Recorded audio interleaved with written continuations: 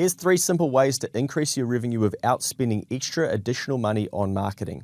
Now, often a lot of us, when it comes to increasing our revenue, we think that we need to go out there and start doing more marketing, and then we're worried about what that's going to cost and if it's going to work and who we should use and what agency and what platform and what type of marketing. And before you know it, you don't bloody do anything. So here's 3 things that you can do to increase your revenue to stop you going down that path. I'm not saying don't go and do the marketing. I'm saying focus on these 3 to start with, and we can go from there. Number 1 is increasing prices. I know that can feel very tough at the moment, especially with the rounds of inflation that we've had. But when was the last time that you reviewed your pricing? Actually have a think about that. For a lot of Kiwi business owners, when we talk to them, we talk to thousands every single year and work with over 130 as well. When we ask them, when was the last time you increased your prices? Most people say, yeah, it hasn't been for a while actually. Some of us have to have a good hard look at ourselves and figure out why we are scared to increase our prices. We've got to back the value that we add. If we're collecting income, it means people want to transact with us. We don't know where the ceiling of those prices are until we test it. So please, actually routinely test your pricing to see what you could be charging and therefore test the value that the marketplace sees you providing. Because you don't actually decide the value, the marketplace does.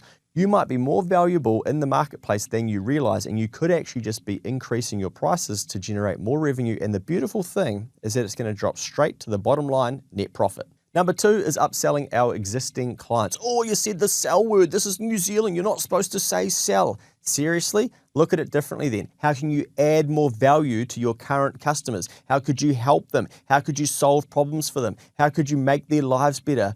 Oh, that's more comfortable. So why aren't you thinking about it then? Why aren't you actually looking at your customer base, thinking about adding value, helping them, and what they need to make their life better and solve their problems? Spend some time actually doing that, and then go to your current customer base and say, hey, we do X, Y, Z. Do you need help with this? Is there anything you're struggling with? We'd like to help you. We'd like to solve that problem. Let us know if you need a hand, and aim to transact.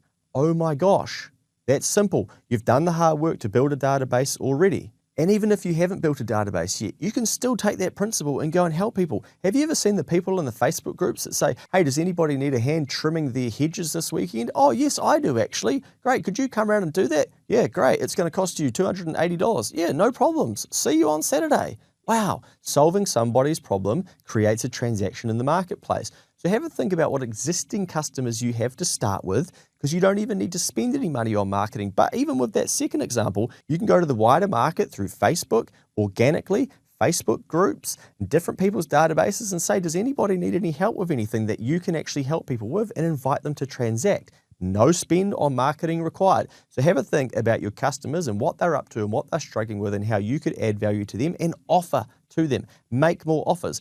On that point, when was the last time you made an offer? I go all over the country speaking to business owners, and people invite me to go and speak to hundreds of people in these rooms, and I say, put your hand up if you made an offer in the last 7 days. 80 to 90% of people, no chance.